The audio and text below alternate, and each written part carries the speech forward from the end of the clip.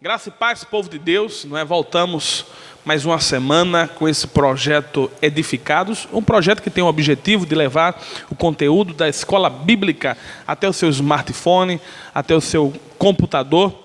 E hoje nós temos uma lição desafiadora, né? Uma lição que fala das consequências do pecado de Davi. Nós vamos passar um pouquinho por esse tema teológico, né? Ramatiologia. A verdade prática fala aí do pecado que é destruidor, não é?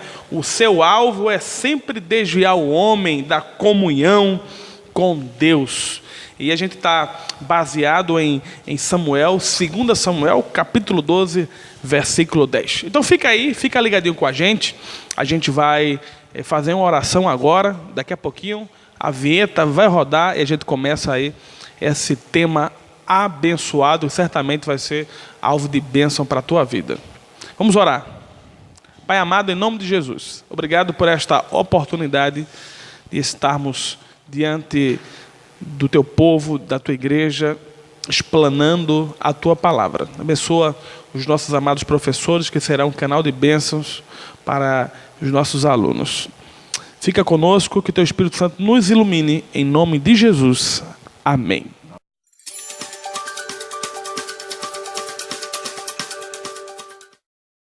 Muito bem, meus queridos, não é? Estamos aqui com essas duas pessoas maravilhosas, professor José Amaro, superintendente das escolas bíblicas aqui da Primeira Igreja Batista Nacional de Cajueiro Seco, e o nosso querido professor Marcos Andrade, né? Graça e paz, meus amados irmãos. Paz do Senhor, pastor Lucas. A paz do Senhor, povo de Deus. A paz do Senhor, pastor Lucas. A paz do Senhor, povo de Deus. Muito bem, queridos, a gente vai conceituar o termo pecado desde o Antigo ao Novo Testamento. Nós vamos entender também a repreensão do profeta Natan a Davi, e a gente vai ver sobre as consequências do pecado de Davi, que é o auge da nossa lição, né? A introdução nos aborda duas coisas principais. A primeira coisa principal é que nós não devemos brincar com o pecado, não é? Tem pessoas que não discernem esse processo, e por isso que Jesus Cristo também dá aquela sentença, né? Não deis lugar ao diabo. Então, e a segunda frase também super importante trazida nessa introdução é que nós devemos nos apropriar dessa confiança, da santidade que nós obtemos por meio de Cristo Jesus. Porque por meio dessa confiança, da santidade de Cristo Jesus Cristo, o pecado não nos domina. E para ajudar a gente a compreender esse processo inteiro, o professor Marinho vai aqui conceituar, né, esse termo pecado no Antigo Testamento também, né? Professor Marinho, no Antigo Testamento, como entender aí essa palavra pecado? Bom, pastor, já para iniciar no Novo Testamento, não tem uma palavra específica diretamente para esse nome pecado. Então você vê que o pecado em si é um ato de desobediência a Deus. O escritor aqui colocou na palavra pecado tem alguns significados, então ele colocou aqui alguns significados e suas referências. Claro que não vai dar tempo para a gente dar todas as referências, mas a gente vai citar alguns pontos que ele colocou, como por exemplo, errar o alvo, prática da imoralidade e idolatria, malignidade, perversidade, revolta, rebelião, iniquidade, culpa, transgressão consciente, culpabilidade diante de Deus, desviar-se do bom caminho. Aí está por aí alguns conceitos dessa palavra pecado diretamente do significado dela do Antigo Testamento, já que não temos uma palavra específica na parte do Antigo Testamento. Muito bem. No Novo Testamento, professor Marcos, quem lê o Novo Testamento, né, depara-se com diversos vocabulários que definem essa palavra pecado. Dentro desses vocábulos, né, eu separei aqui, tem vários, mas eu separei aqui uns 4 vocábulos, onde ele fala como consequência de pecado no Novo Testamento, o herege, o que apostata da fé, e também a conduta comprometedora, adoração falsa e também induzir. Eu achei muito interessante essa expressão, que é um que mais a gente se vê, né? Induzir os outros a errarem por meio de falsos ensinos. E fechando aqui, assim podemos perceber que o pecado é sempre maléfico, como fora comentado até mesmo pelo Senhor. A situação do pecador, ela transgride, né? Transgride de forma que ela mexe tanto com a parte moral. O herege se torna um pecado porque ele distorce, deprava o que está sendo ensinado, né? Então isso entra no mesmo conceito do Velho Testamento, né? Com certeza. O professor Marinho estava falando. E a gente percebe aqui que essa malignidade, ela trabalha, né? Tanto na área moral como na área espiritual. Que a consequência tão trágica, é por isso que o senhor citou que não devemos brincar com a situação do pecado, porque traz, tanto o superintendente trouxe a questão no Velho Testamento, como eu trouxe a questão no Novo Testamento, que é algo terrível de observar e tentar, e lutar contra ele. Lá na frente, talvez no segundo tópico ou no terceiro, a gente vai ver que existe uma solução, existe algo que nós podemos fazer para controlar ou até mesmo extignar o pecado de nós. Certamente. Eu também queria deixar minha participação, principalmente na questão do pecado original.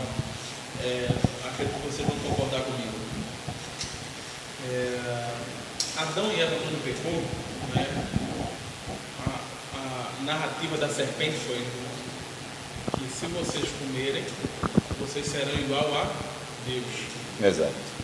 Então, o pecado também, a gente pode dizer que é a inveja Também está em de ser igual a Deus. Porque quando eu quero ser dono das minhas próprias ações e não obediente a Deus, eu estou querendo ter a mesma capacidade de Deus. Eu quero estar na mesma posição de Deus, de mandar, de poder reger as coisas. Então, a inveja, nesse ponto de vista, é uma definição interessante para o pecado original, né? Tendo em vista que Satanás tentou seduzir e eles caíram com essa simples palavra: se você comer, você vai ser igual a Deus. Então, fica para você aí esse primeiro momento desses conceitos, para você refletir, né? Porque a gente tem uma visão muito limitada do que é pecado, apenas do ponto de vista moral e principalmente sexual, por conta da nossa cultura. Mas eu tenho aprendido a cada dia que pecado é a gente assumir uma identidade que não seja uma identidade proposta pelo Criador. Então, tudo que eu faço, tudo que eu digo, tudo que eu procuro ser fora dos padrões pré-estabelecidos por Deus, o Criador do universo e de todas as coisas, é pecado. Então, por isso que a luta da gente como professor, como pastor, é voltar a igreja para as Sagradas Escrituras. Cremos nós que a palavra de Deus, cremos nós que é a lâmpada que ilumina os nossos caminhos, cremos nós que é a fonte de toda a nossa santificação. Com certeza, amém. O segundo ponto fala sobre a repreensão do profeta Natan. Foi o professor Marcos, me diga uma coisa. Era uma consciência morta, não era isso? O primeiro um fala, uma consciência morta. Como assim uma consciência morta? Uma consciência morta, a gente observa aqui que já se fazia um ano e para Davi tudo normal, como se nada tivesse acontecido. Precisou que Natan fizesse, era necessário que ele tivesse uma alegoria. E ele fez essa alegoria, mostrando através de uma cordeirinha, né? Um senhor tinha... Para despertar essa autojustiça de Davi, para poder, de fato, Davi voltar em si, né? Digamos, nesse processo. Né? Agora você imagina, professor Marcos aí, professor Marinho, um ano pecando e cobrindo o pecado e achando que os homens, na verdade ele tem encoberto para alguns homens, mas para Deus nada fica encoberto, né, professor? E eu acho lindo o trabalhar de Deus, é que ao respeito que ele tem de usar o profeta em uma alegoria. Se você observar, não é só essa vez, mas outras vezes você percebe que Deus tem uma forma de trabalhar tão linda que ele usa uma alegoria, né? E nessa alegoria o próprio Davi se arrepende, ele reconhece e ele fica indignado com essa alegoria, achando que é uma outra pessoa, e de repente o profeta diz: é você mesmo. E ele de repente: sou eu. Então nós aprendemos em primeiro lugar que vou trazer para o Novo Testamento também, para a mensagem do Evangelho, que Deus, nós pregamos a mensagem do Evangelho com o objetivo de despertar a consciência que estava morta. Exato. E o escritor ainda coloca aqui uma parte bastante interessante aqui, Marcos. Ele diz assim: mostra que o compromisso do Senhor é para com os que andam em sinceridade, não importando a posição que exerce. Com todos o Senhor tem compromisso, mas com aquelas pessoas que verdadeiramente anda com sinceridade e com compromisso. Isso poderia ser com Davi, assim como poderia ser com qualquer um de nós. Deus tem essa preocupação e esse compromisso de mostrar verdadeiramente os que andam com eles, que têm sinceridade com eles, Que talvez será tão comum, a gente nunca parou para pensar nisso, mas entre os reis será tão comum tomar a mulher do outro, matar para ficar. Você lembra a história de Abraão, que Abraão lá no passado Exato. ficou já com medo de morrer. Então isso é uma coisa tão comum que talvez Davi entrou na zona comum do pecado. E aí a gente compreende que de fato Deus queria mostrar a gravidade do pecado de Davi. Boa colocação, pastor. Você está entendendo? Então assim, o pecado para Deus, mesmo que para a sociedade seja comum, Exato. para Deus continua sendo um pecado e grave. Não apenas porque ele matou ou adulterou, mas hoje nós temos... Hoje é normal o adulterado. Hoje o cara diz: vou matar mesmo, se fizer isso eu mato. E tem gente que aceita com a maior facilidade esse termo morte, adultério, prostituição, mas para Deus continua sendo gravíssimo. E no ponto 2 ele fala exatamente sobre isso, né? Não é, professor Marinho? Compreendendo essa gravidade do pecado. Como é que fala esse ponto 2? Como é que a gente pode entender melhor esse assunto? Essa parte torna-se bastante difícil, né? Até para quem vai dar a mensagem, né? Porque mostrar o tamanho do pecado, a gravidade do pecado, nos tempos de hoje, para mim falar para o nosso irmão Marcos é fácil. Quando nós vamos falar para o pastor, torna-se um pouco mais complicado. E quando nós vamos tratar com o presidente, nós vamos pensar duas vezes. E precisa, como diz aqui, a semelhança de Samuel, de Elias, Natan age com energia e coragem para falar com o rei Davi. Inteligência, né? Também. Inteligência, com certeza. Aí ele faz o que o nosso professor Marcos falou, como ele diz aqui, o profeta Natan: a consciência do rei estava morta. Foi necessário uma alegoria do profeta Natan. Relatou a ação de um homem rico, que pela força, aí vê aquele processo todinho da cordeirinha, que foi lá e pegou e matou. Fez aquele processo todinho, com muita da ousadia, falou para o rei com coragem, com sinceridade, com a verdade. Mas veja a posição do rei e a colocação que o rei coloca: este homem realmente merece a morte. És tu este homem, rei. Interessante, pastor, que a gente observa aqui também que está escrito que mesmo no passado, mas o Senhor quer nos mostrar essa realidade, que o adultério é um tipo de relação sexual ilícita e um pecado contra a família. É bem colocado aqui pelo escritor dessa revista que tenhamos o cuidado, né? Porque além dele ser uma relação ilícita, ela também toca, né? Como diz toca. o escritor aos Hebreus, né? Que o leito seja sem mácula. É assim. Então, quando a gente entra nesse processo, quando o ser humano adultera, ele não apenas agride cônjuge, Muito sério, né? mas ele agride também a Deus, que foi o criador, o orquestrador, o idealizador da família. E, Marcos, falando, esse ponto que você colocou foi bastante importante. Me fez lembrar de algumas das lições passadas que já fizemos. Quando você fala assim, ele agride a família, aí não só a família, agride também os familiares de ambos. Tofel era o conselheiro dele, virou inimigo. E afetou principalmente a Joabe, que era o chefe, estava lá, o comandante da guarda. Ele se afetou com aquilo ali, ele se chocou. Que confiança eu tenho nele, que a minha vida está na mão dele, ele faz isso, como pode? Veja como afeta a consciência, veja que o que acarreta essas condições. E para mostrar para um homem desse a gravidade do seu pecado, para um rei, precisa realmente ter muita da coragem desse homem de Deus.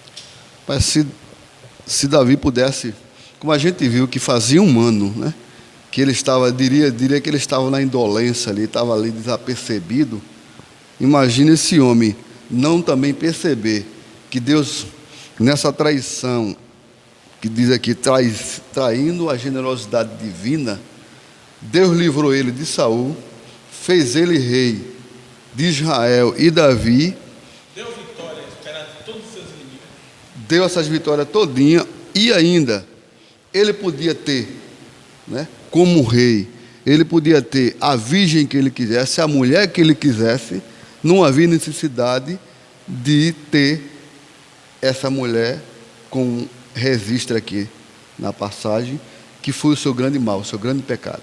Então ele deixou muito, assim, diria que o coração de Deus, né, deixou muito entristecido por conta de Deus ser tão generoso com ele e ele não ter entendido esse grande amor de Deus que Deus tinha para com ele. O ponto mostra também que Davi entendeu que ele pecou contra Deus e reconheceu, e talvez esse é o grande marco que a gente também deve tratar. Não apenas o ato do pecado de Davi, mas Davi, quando foi confrontado por Deus, Davi humilhou-se, se quebrantou, entendeu o que é pecado contra Deus, antes de qualquer pessoa, contra Deus, e arrependeu-se dos seus maus caminhos. E diz no final, né? Pela misericórdia divina, Davi foi perdoado, mas teve que arcar com as consequências dos seus pecados. Esse é o tema da nossa lição, as consequências do pecado de Davi.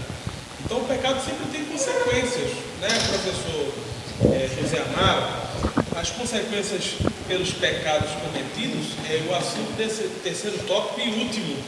Eu faço a pergunta para o senhor. Paulo afirmou que o que semeia na carne colherá corrupção, Gálatas capítulo 6, versículo 8.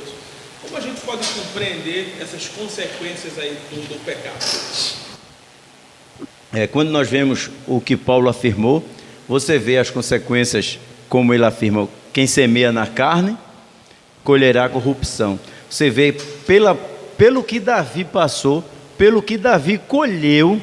O escritor coloca aqui com muita da razão alguns de seus exemplos aqui, como ele colocou, com as consequências dos seus pecados. O primeiro, a perda do filho. O segundo, o escândalo sexual de seu filho Amon com a sua filha Tamar. O terceiro, o assassinato de Amon. O quarto, a tentativa da usurpação do trono por Absalão. E o abuso político das concubinas reais por este parte. Veja que quem semeia aqui, plantou aqui, diz o ditado, né? Quem planta vento, colhe tempestade. Então, as consequências do pecado cometidos, e ele entra, como Paulo afirmou, semeia na carne, colherá essas corrupções. Isto porque o preço do pecado a gente vê que é demasiado alto, né? O fruto do pecado é a morte. Então, pesado, né? O texto fala também que a espada jamais sairia da casa de Davi. E para que essa espada, de fato, não saísse da casa de Davi, a gente vê que o lar dele perdeu a estrutura. Então, assim, a gente aborda em outras matérias falando que Davi não foi um bom pai, mas até então Davi era um bom pai, respeitado. Mas a partir do momento que ele deu a vez ao pecado, e a consequência desse pecado foi a espada na sua casa, porque quem confere o ferro será ferido segundo a lei. Davi era rei, mas estava debaixo da lei divina.